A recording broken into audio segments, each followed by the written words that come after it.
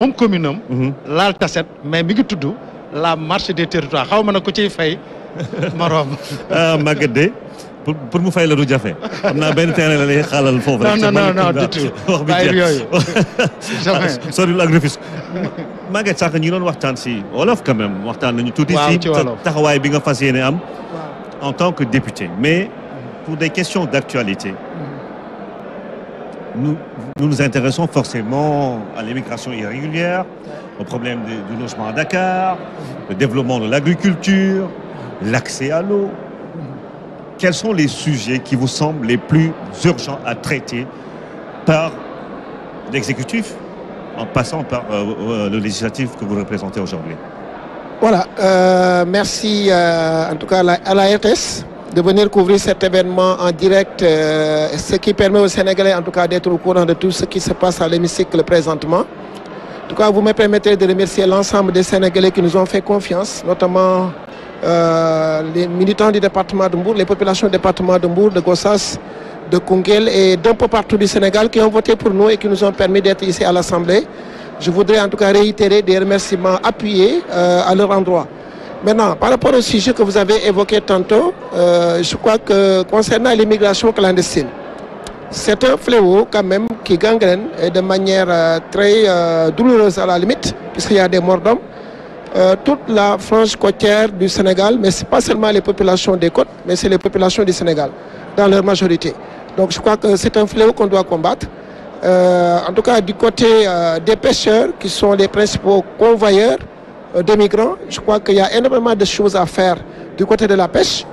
Je crois que notre relation avec l'Union européenne concernant ce secteur a été rompue. Je crois qu'il y a un sérieux diagnostic qu'il va falloir faire de la part des autorités gouvernementales pour que véritablement que le poisson revienne dans nos eaux. Je crois que ça c'est une première solution.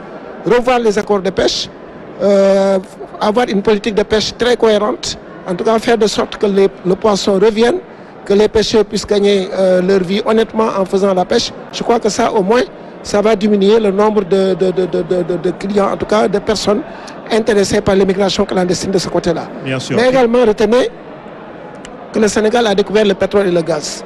Et je crois que c'est l'occasion, en tout cas, c'est l'occasion de faire de la vraie RSE, la responsabilité sociétale. Je crois que la plupart des puits de pétrole et de gaz sont découverts en mer. Je crois que ça doit être une occasion de prévoir des mécanismes qui permettent à ce que les pêcheurs, notamment et tous les autres acteurs de la pêche, en tout cas puissent bénéficier de fonds en provenance de l'exploitation de ces ressources minières. De ces ressources. Donc je crois que ça c'est une solution que nous avons proposée lors de notre campagne et je crois qu'on doit encore l'explorer, en discuter au sein de l'hémicycle et voir dans quelle mesure en tout cas on peut aider les acteurs de la pêche de manière générale à mieux gagner leur vie. Et je crois que ça pourra limiter, en tout cas ne serait-ce que partiellement, l'immigration clandestine. Bien sûr. Votre discours sur la marche des territoires vous a valu aujourd'hui ce titre de député de la République du Sénégal. Ouais. Qu'est-ce que vous préconisez comme solution pour que, justement, au-delà du discours, que les territoires puissent être de véritables réponses par rapport aux grandes questions socio-économiques dans ce pays qu'est le Sénégal? Ouais, je crois que c'est des propositions concrètes qu'on va faire à l'Assemblée. Je ne sais pas si on sera écouté ou non, mais on ne va pas se lasser, en tout cas, de réitérer nos propositions, de développer le Sénégal à partir des territoires. On ne peut pas se prévaloir d'avoir du pétrole, du gaz et de l'or et que des territoires du Sénégal restent sans eau, sans électricité, sans accès à des soins de base, sans accès à l'éducation. Je crois que ça a été notre vision, en tout cas notre chanson lors de cette campagne et c'est à l'hémicycle, c'est le lieu en tout cas de le dire de manière forte pour que véritablement les politiques sociales soient orientées en tout cas vers les territoires, qu'il y ait plus d'équilibre territorial, mais qu'il y ait plus d'équilibre social. Je crois que ça, c'est partagé aujourd'hui par beaucoup de personnalités, beaucoup de personnes, beaucoup d'hommes politiques. Les gens se sont rendus compte, en tout cas nous, lors de notre campagne, on s'est rendu compte, en allant à l'intérieur du pays, qu'il y a des contrées qui manquent énormément de choses. Je crois que c'est l'occasion, en tout cas, au sein de l'hémicycle, à l'occasion du passage de l'ensemble des ministres, des membres du gouvernement qui vont certainement passer à l'occasion du vote du budget, de le réitérer et de le marteler de manière forte pour qu'il y ait une réorientation de l'action publique vers les territoires. Je crois que ça soit... Plus de moyens, plus d'aménagement, plus de moyens pour les communes, plus de ressources. Je crois que, je l'ai dit dans des émissions, je l'ai dit lors de la campagne, le ministère de la Santé, une commune peut construire mieux et plus rapidement un poste de santé que le ministère de la Santé. Une commune peut construire une école élémentaire plus rapidement et mieux que le ministère de l'Éducation. Une commune peut construire un forage plus rapidement et mieux que le ministère de l'Hydraulique. Donc je crois que c'est une réorientation de l'action de l'État pour que véritablement, que les populations puissent bénéficier en tout cas des ressources publiques et de manière beaucoup plus efficace. Donc ça, c'est une très proposition forte que nous allons faire. Côté emploi des jeunes aussi, nous avons des propositions à faire. Les zones industrielles, la création de zones industrielles communales, Sandiara a montré l'exemple. Sandiara a créé une zone industrielle viable qui marche avec une quinzaine d'usines qui fonctionnent et c'est une commune qui l'a fait. Donc je crois que la politique de l'État en matière de création d'industrie, en matière de création d'emplois, devrait s'inspirer de ce modèle de Sandiara. Heureusement que le maire de Sandiara est ministre de l'Industrie, donc on a bon espoir que de l'emploi va se créer, des industries vont naître à partir des territoires et en relation avec les maires, au grand bénéfice des jeunes notamment qui sont en recherche d'emploi. Et ça, une question avant ñuy jàll. moom identité am. Identité am ñu tënk identité am mooy léegi dafa jël les territoires la marche des territoires am na nag ñu koy contester fi mu nekk nii am na ñu ko bëgg xëccoog yow ça veut dire quoi ça veut dire que yow pôle territoire yi da nga koy soutenir. C'est un message qui porte en fait. dégg nañ la sànq ngay wax ci zone industrielle yi agropole yi déggoon nañ ko côté boobu Tassette yow Malicounda Ngoundiane côté yooyu daal. ak Sandiara yow dañu bëgg nga wax ñu finalement orientation bi nga jël territoire yi la agropole yi la industrie la ban la ci exactement. ban laa ci. si la question de la politique territoriale au Sénégal, si un levier la ñu gën a appuyer la ñu war a appuyer industrialisation agriculture wala aménagement de certains réseaux hydrauliques par exemple. xam nga les territoires font le buzz moo tax léegi gars yi ku tëb rek ne territoire waaye territoire nag am na borom nag la marche des territoires kay ñun ñoo am fitu tuddee suñu bopp la marche des territoires dañu ko bàyyee nag faut pas que buzz bi ñëw rek ku nekk di ñëw naan territoire ñun territoire dañ koo jàng ENAM def ci ay mémoire donc li ñuy wax nii tàmbatuwuñ ko man compétence transférée laa def sama premier mémoire à l'ENA cycle B j'étais même pas au cycle A l'exercice des compétences transférées dans les collectivités territoriales. cycle B mooy lan. cycle B ENA mooy bi ngay def niveau bac plus 2.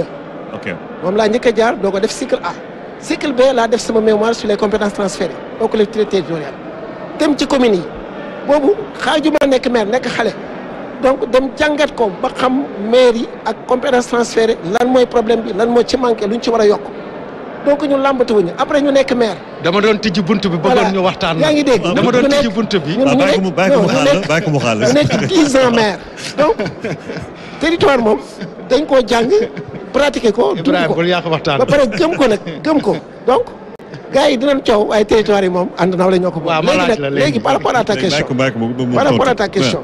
xam nga territoire yi dafa am les territoires am les acteurs territoriaux territoires yi mooy municipalité yi ak conseil départemental yooyu dafa laaj état bi jël ay ressources yu conséquentes parce que code des collectivités territoriales moo ko wax dafa wax ne le transfert des compétences doit s'accompagner d'un transfert de ressources concomitant le transfert concomitant de ressources suffisantes en tout cas pour l'exercice des compétences transférées donc dafa am ñaar donc communes yi dañ leen a war a dooleel par des fonds de dotation des fonds de concours spéciaux ay fonds de concours spéciaux chaque année ñu jël benn secteur de ren santé la dañuy jël ay ressources yu bari pour que maires yi seen problème accès à santé de population bi régler ko beneen année ñu jël spécial éducation beneen année ñu jël spécialisation accès à l'eau beneen année ñu jël spécial accès à l'électricité loolu communes yi la dafa laaj ñu dooleel leen pour que les accès aux services de base population mën ci accéder. su fekkee maire bi nekkul si parti au pouvoir bi nag. non mais loolu daa war a dañ nag loolu moo war a jeex ci Sénégal parti au pouvoir parti opposition loolu dafa war a jeex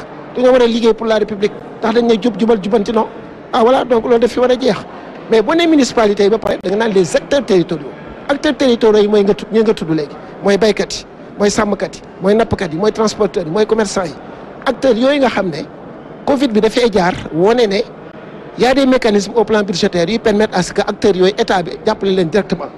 ba pare président Macky Sall bi fi jaar ba jàll jot cee wane exemple ak pêcheurs yi état bi da daan jël chaque année 20 milliards ci budget bii ñuy voté dem yóbbu ko ci benn société peut-être duma tudd turam pour def publicité ne programme moteur yi mool bu ci bokk au lieu ngay fay moteur 1 million 300 000 dañ ngay fay 1 million bi man état maa ko jël en charge xam nga 20 milliards c'est 20 000 moteurs parce que boo ko multiplié par 1 million donc loolu la état bi doon def chaque année ba tey jii li tàmbalee Saint-Louis ba Ziguinchor 80% mool yi ay moteurs yu bees la ñor mool bu ci doon dem géej 10 kilomètres tey mën ngaa dem 20 kilomètres ku ci daan def une semaine nga panne mën ngaa toog 1 an 2 ans doo panne donc acteurs territoriaux yooyu façon mécanisme yooyu lañ leen war a jàppale muy nappkat yi ni ñu ko defee ci nappkat yi mën naa nekk ci sàmmkat yi aliment de bétail war nañoo mën a jël benn 5 milliards chaque année yóbbu ko ci société yi jaay aliment de bétail pour que aliment de bétail bi wàcc pour que acteurs territoriaux yi gën a mën a gagner seen vie également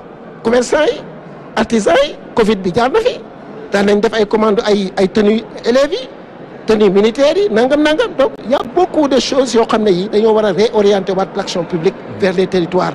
waaw sama buntu boobu ci jëkkoon bàyyi ma li ma si xaw a ragal aussi mooy su la état bi joxee ay koppar yu bëre yow mairie wala département bésu contrôle bi nag.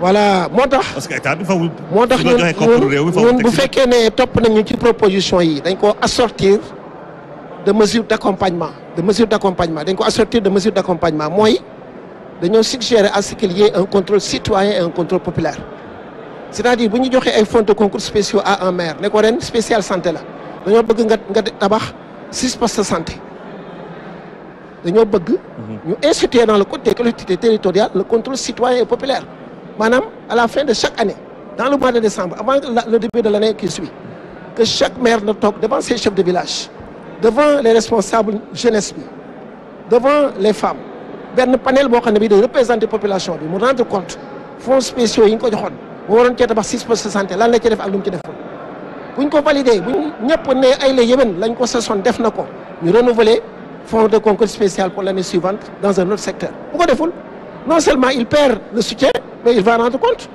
donc Ibrahima boobu léegi question baa ngi taxaw. waaw waxtaan bi nga bëgg a neex de waaye. bàyyil ma ñëw est-ce que duñu libéré Maguette. non bàyyil ma ñëw Maguette. waaw. sànq da ngay wax ne da nga liggéey ci compétences transférées yi. waaw.